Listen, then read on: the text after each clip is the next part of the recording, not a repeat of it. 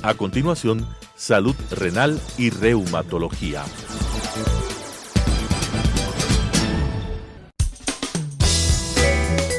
Clasificación A. Apto para todo público.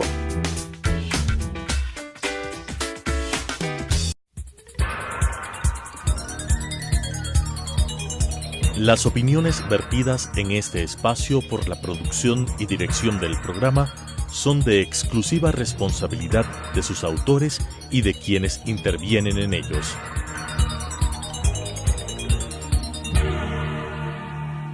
Telesucesos Canal 29 UHF presenta Salud Renal y Reumatología.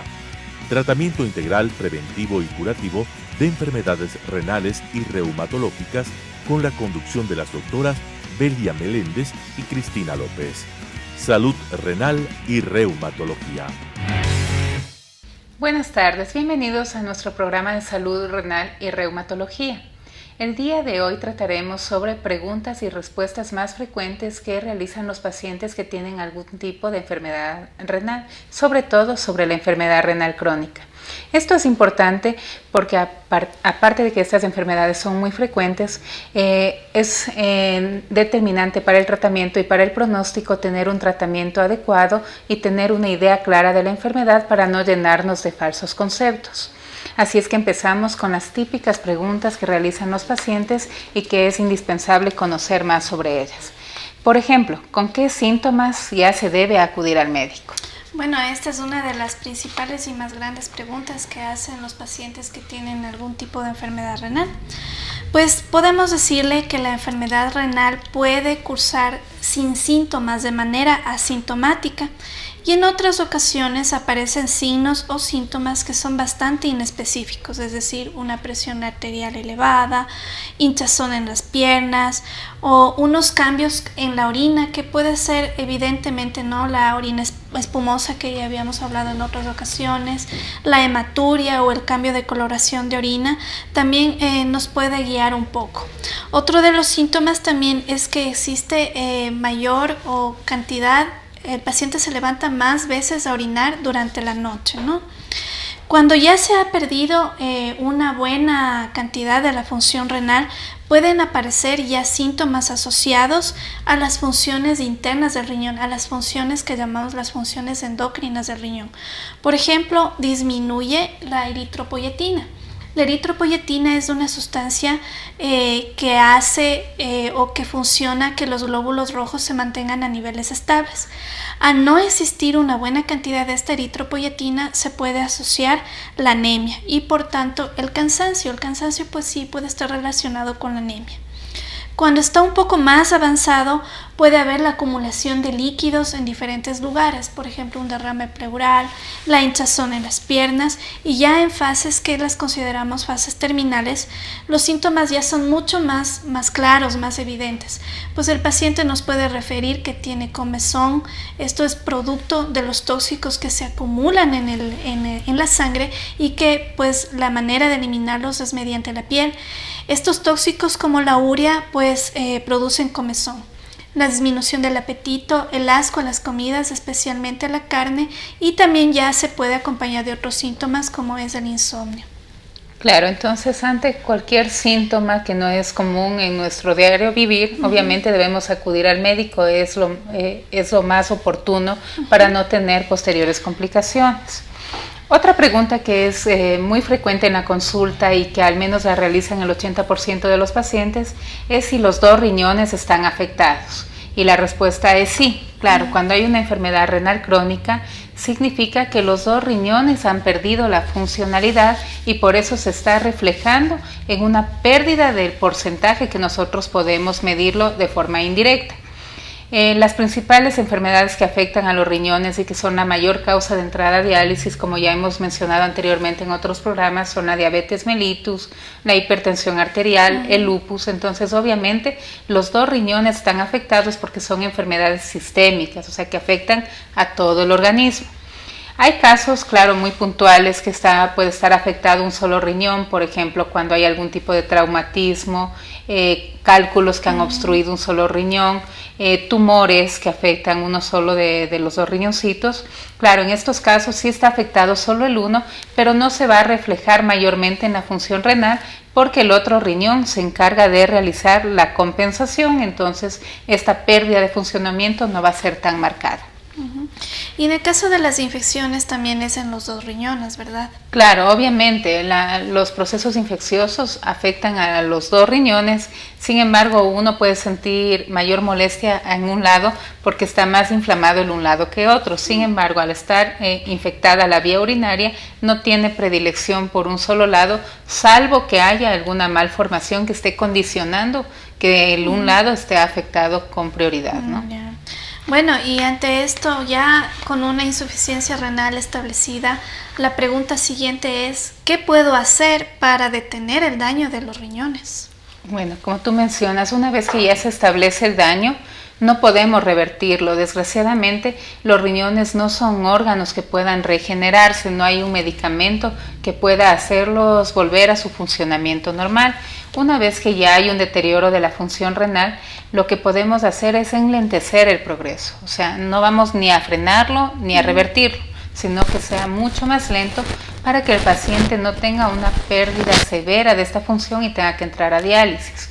¿Cómo enlentecemos esto? Primero, con modificaciones del estilo de vida, mejorar la dieta, comer con poca sal, evitar todos los alimentos procesados que tienen alta cantidad de sodio y preservantes que también son a base de sodio y que obviamente van a perjudicar el funcionamiento renal. El hacer ejercicio en forma regular, mantener una alimentación balanceada, rica en frutas, verduras que tienen gran cantidad de vitaminas que también sirven como antioxidantes. Otra de las estrategias es dar medicación que ya está conocida y probada, que mejora la circulación a nivel de los riñones, que mejora la parte funcional para que progrese más lentamente o se quede estacionado por un tiempo esta enfermedad.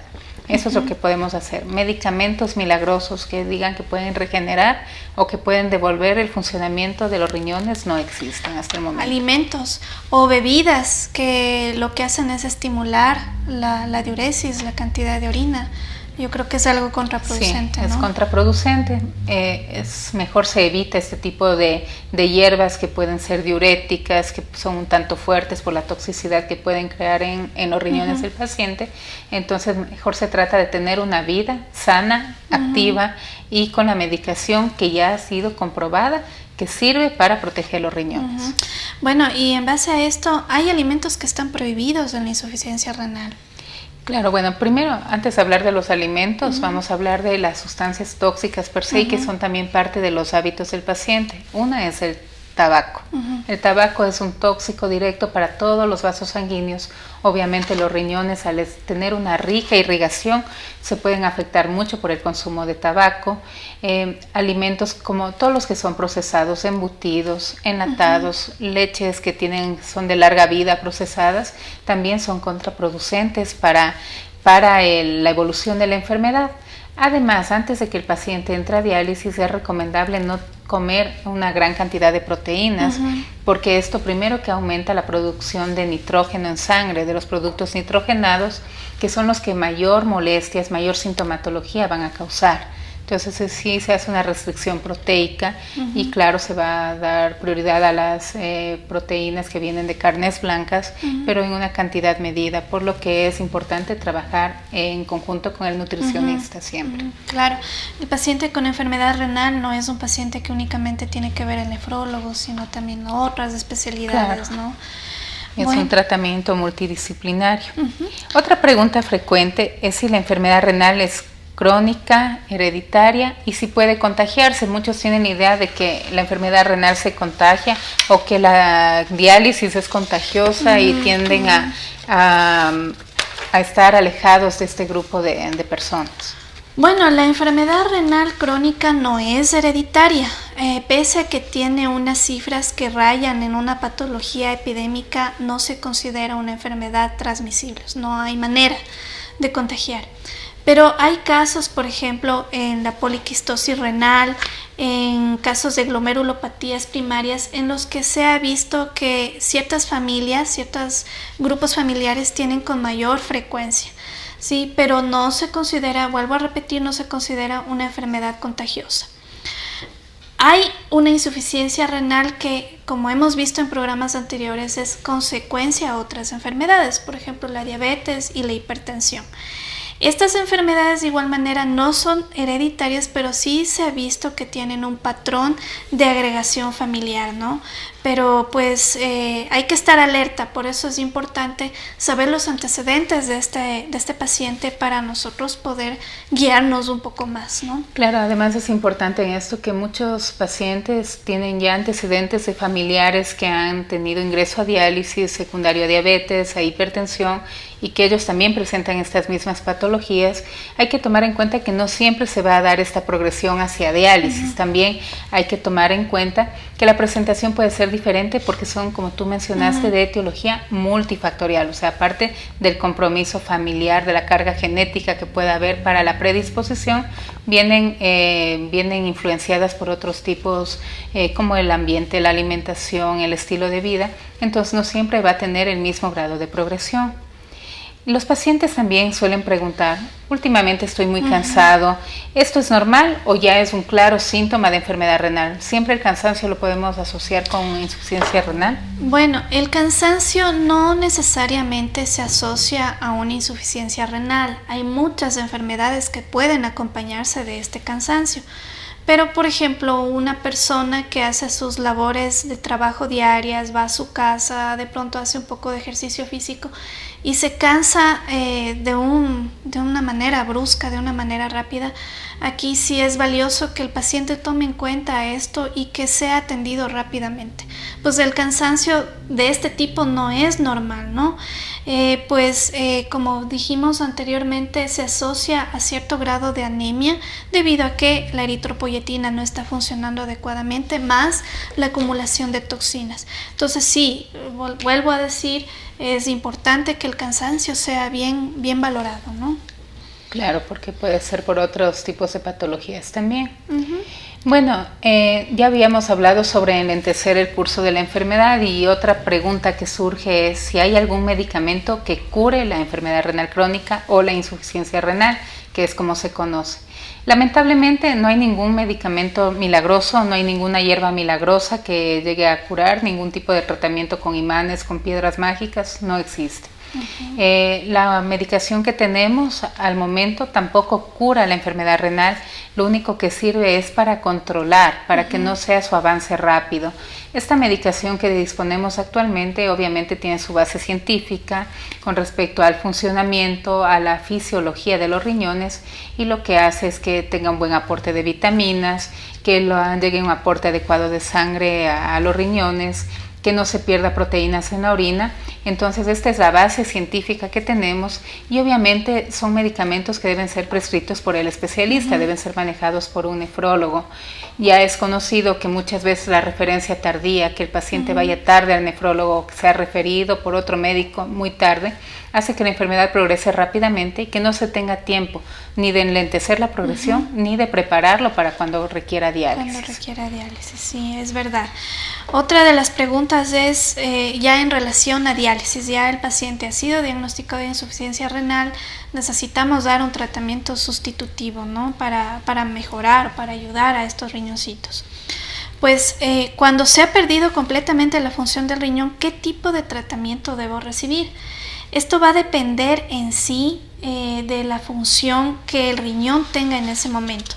Si es que la función es menor al 15%, tienen síntomas urémicos. Nosotros hablamos de síntomas urémicos como la comezón, el insomnio, el asco a la comida, la pérdida del apetito.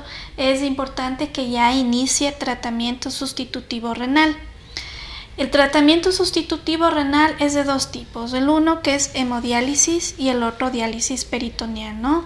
También aquí tenemos el trasplante renal, que sería lo ideal, ¿no?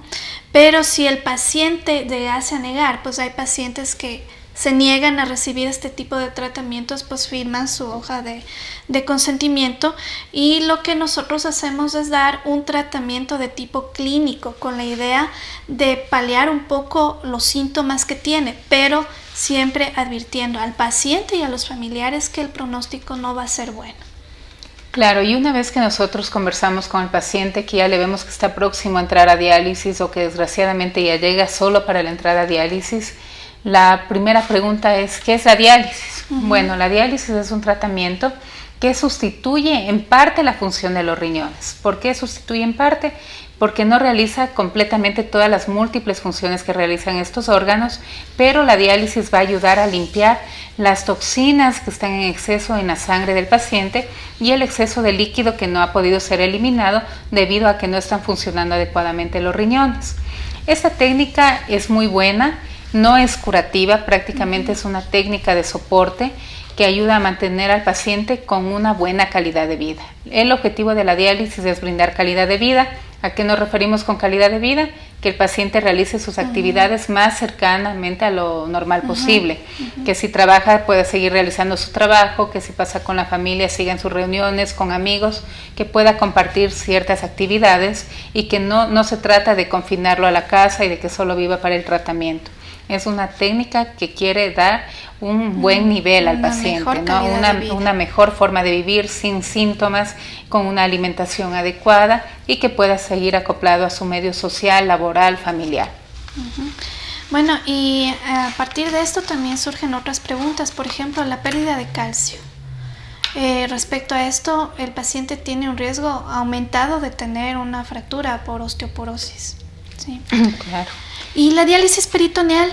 Ya, bueno, la diálisis peritoneal, dentro de las técnicas de diálisis tenemos dos modalidades. La una es la hemodiálisis, que ya es más ampliamente conocida, que se realiza por medio de la sangre del paciente, que pasa a un filtro que es el riñón artificial donde se limpia y esta sangre regresa al paciente una vez que ya ha sido liberada de las toxinas y el exceso de líquido. La diálisis peritoneal es una técnica muy eficaz. Es una magnífica técnica de diálisis que no es tan ampliamente conocida, pero que tiene muchísimas ventajas también. Primero, la primera ventaja es que no utiliza la sangre para la limpieza.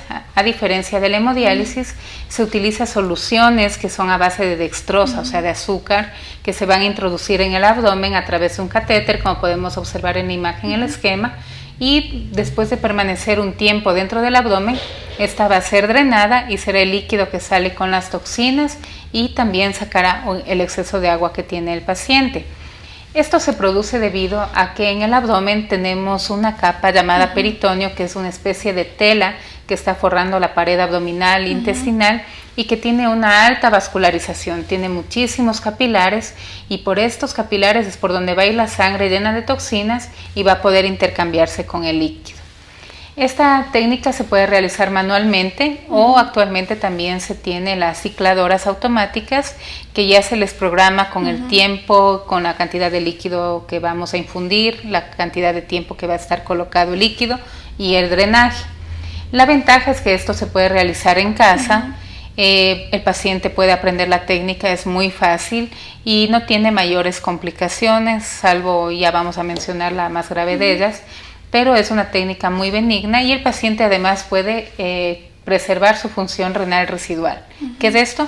La capacidad de eliminar al menos un poco de líquido por la orina que todavía puede tener el paciente. O sea, entiendo que los pacientes en diálisis peritoneal, algunos sí orinan. Sí, exactamente. Los pacientes en diálisis peritoneal, muchos todavía conservan esta capacidad de orinar porque no hay tantos episodios de bajas de la presión durante el tratamiento, o sea, no es lo común que baje la presión, a diferencia de la hemodiálisis que hay un cambio hemodinámico grande, por lo que sale la sangre del paciente, pasa a un filtro, entonces está sacando esa cantidad de sangre y puede llevarlo a esas complicaciones. Muchos de los pacientes cuando inician hemodiálisis todavía orinan un poco, pero al cabo de unos meses de tratamiento suelen ya desaparece esa cantidad de orina, lo que se llama anuria, y claro, eso también complica la evolución y el tratamiento del paciente.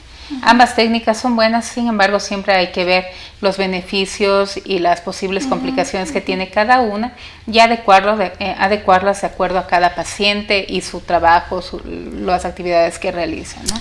¿Y de qué depende que entre a hemodiálisis o a diálisis peritoneal? Bueno, ambas técnicas hay que darle a conocer al paciente, salvo que tenga alguna contraindicación. Por ejemplo, si un paciente ha tenido antecedentes de cirugías amplias en abdomen, que tengamos sospecha de que tiene adherencias, pues no va a ser un paciente adecuado para diálisis peritoneal. Hay pacientes que tienen problemas cardiológicos severos o que no tienen buenos vasos por donde se haga la hemodiálisis, pues no será un paciente que sea candidato para hemodiálisis. Hay que analizarlo tanto desde la parte médica, así como también de las preferencias que tenga el paciente y del cuidador del paciente para poder realizar este tipo de tratamiento. Bueno, otra de las preguntas es ¿qué es la peritonitis? O sea, la peritonitis, en este caso vamos a mencionar la peritonitis que se da en el contexto de la diálisis peritoneal, que dista mucho de la peritonitis que todos estamos acostumbrados a oír. Bueno, sí, a esto hay que hacer una gran diferencia. La peritonitis que estamos acostumbrados a escuchar es por un daño, por una infección en el apéndice secal, ¿sí? Desde el tratamiento únicamente es con cirugía, es decir, abrir y sacar ese apéndice que no funciona bien, ¿no? Y es un foco infeccioso. En cambio, la peritonitis en la diálisis peritoneal es producto de la inflamación por contaminación de bacterias o de hongos, precisamente a esta tela que tú acabas de explicar, que está en el abdomen, que protege a las vísceras, ¿no? Pues su característica fundamental es que el paciente va a tener decaimiento, puede tener fiebre, dolor abdominal.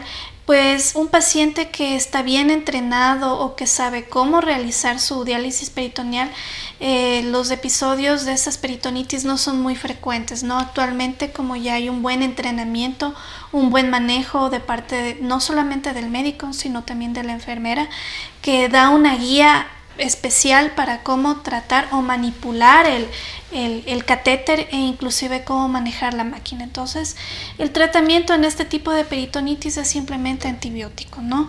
Hay que tomar el cultivo de este líquido, saber qué germen o qué patógeno es el que está ahí y de acuerdo a eso se da el tratamiento.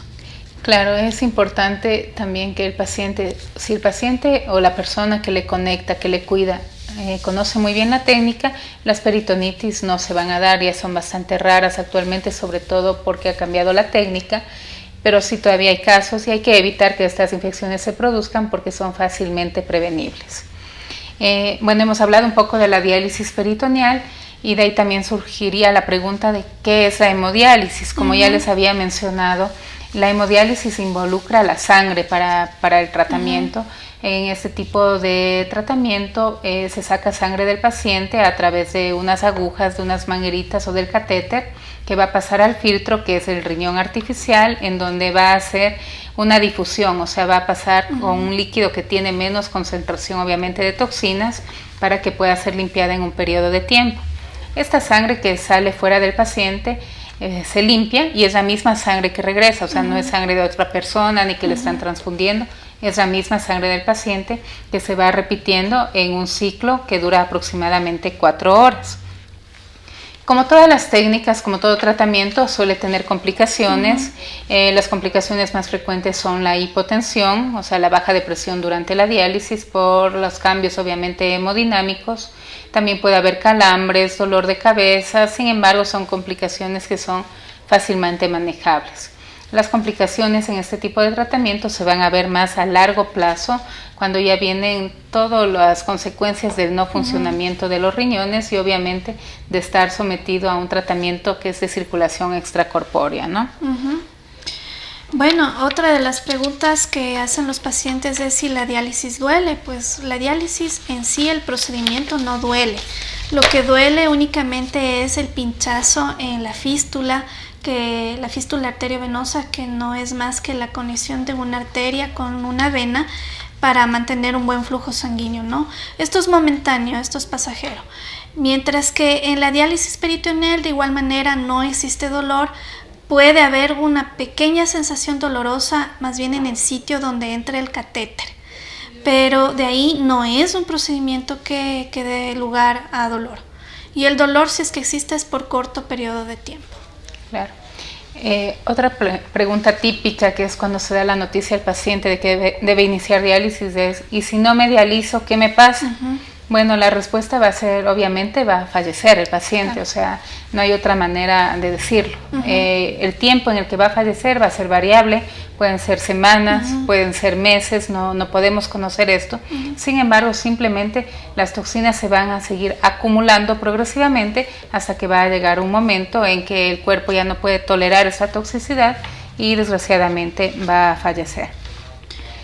En cuanto a qué opción es mejor en cuanto a las diálisis, las dos opciones son buenas, como ya habíamos mencionado, va a depender de quién le cuida al paciente, de la condición del paciente, de cuál técnica prefiere porque tiene mayor afinidad, porque de pronto no le gusta ver sangre o porque no le gusta manipularse el mismo. O el tiempo. O sea, va a depender de muchas cosas, inclusive del médico que le valora, porque si el médico no conoce una de las técnicas, obviamente se le va a indicar solamente por una, le va a direccionar para un tipo de técnica.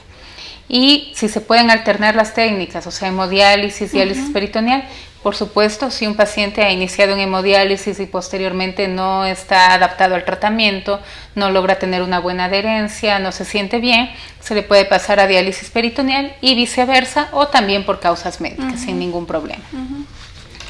Bueno, esto es lo que hemos revisado el día de hoy entre las preguntas frecuentes. Vamos a hacer un segundo programa en el que revisaremos otro grupo de preguntas también asociadas a la enfermedad renal. No se olviden de escribirnos a nuestra página info@nefrolupus.com. Muchas gracias. Muchas gracias. Las opiniones vertidas en este espacio por la producción y dirección del programa son de exclusiva responsabilidad de sus autores y de quienes intervienen en ellos.